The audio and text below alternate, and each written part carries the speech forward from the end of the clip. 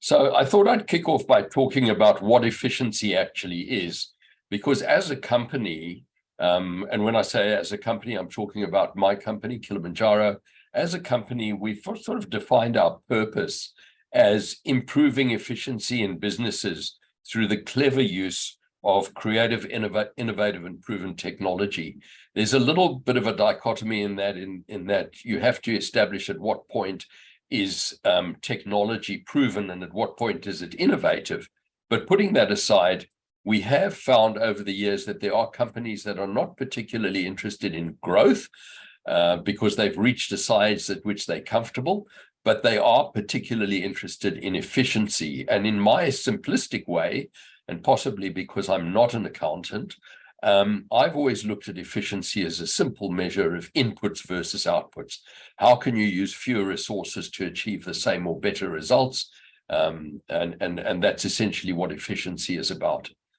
From an accounting point of view, efficiency is often measured by ratios, and you can see the list over there on the screen of all of the different ratios that you might find in a technical analysis of your P&L or balance sheet. But I've never found that to be particularly useful. I do like trend analysis in looking at efficiency, but I think if you want to find areas in your business where you can actually improve efficiency, you have to get right down to the grassroots level. So, excuse me, instead of just looking at cost efficiency and those ratios, you start looking at measurements of efficiency, much more specific measurements: energy efficiency, time efficiency, labor efficiency. And so as an example, in your own business, you might be wanting to look at things like my lead pipeline. What is my cost per lead? Or how many jobs do I have per employee? Or my output per hour, and so on and so on. So that's the efficiency side of the equation. We then are going to look at the automate side of the equation, which is slightly different, of course, to efficiency. And how do I look at automating functions in my business in order to improve efficiency? Now, many years ago in Kilimanjaro, when we were a very, very small business, 2 or 3 people, I remember saying to one of those early employees of mine that you can only drive one tractor at a time. I come from a farming background, and I said, you can only drive one tractor at a time. So you need to make sure that you are the best possible tractor driver, A, and B, that you are driving the best possible tractor. So instead of having an image of something like this in mind, where you had a lot of people doing the same tasks, repeating tasks on somewhat suboptimal systems, you actually needed to be thinking slightly bigger and thinking in terms of being the one tractor driver on one big efficient tractor. And this is really when we talk about automating, to find areas where we can use technology in your business and to shift people, individuals, off those small tractors onto the big tractors. In essence, oiling the wheels to remove friction between workflows in your connected business. So also struck me that if you look at ERP systems which were derived from MRP systems really came out of manufacturing. But the eventual goal of ERP systems is actually to provide this real-time information to everybody across the company.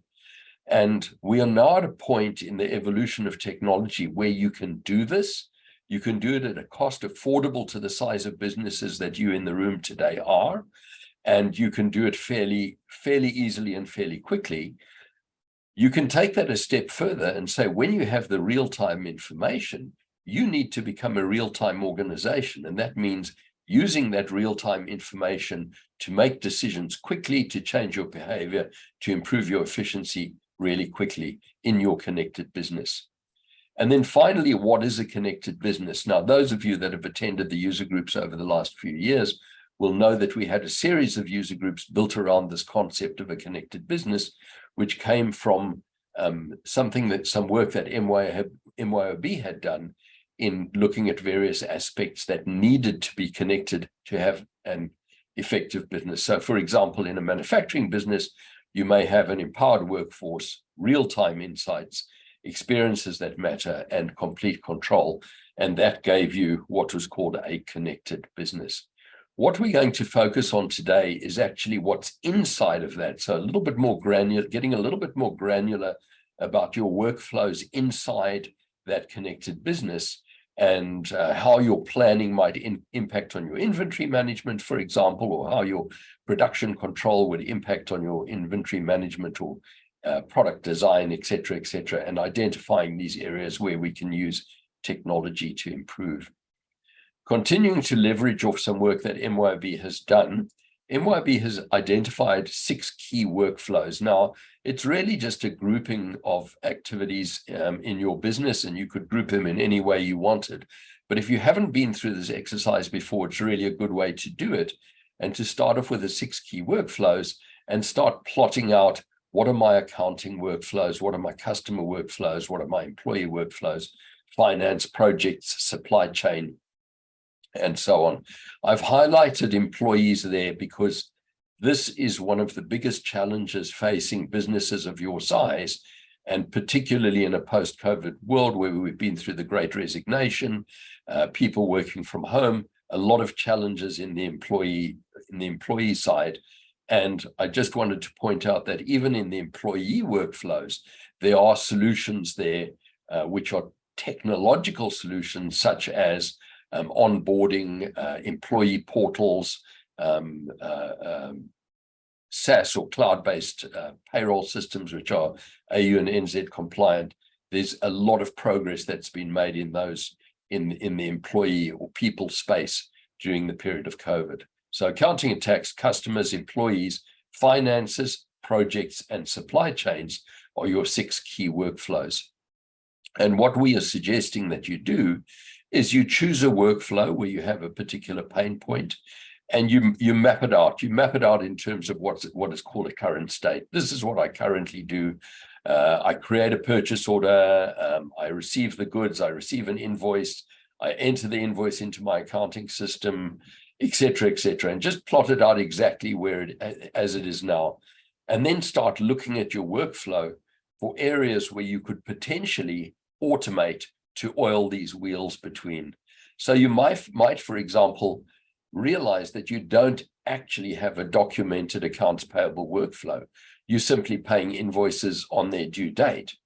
You might identify that you've got no invoice approval process, that there are no delegated authorities, nobody's approving the payment of the invoices.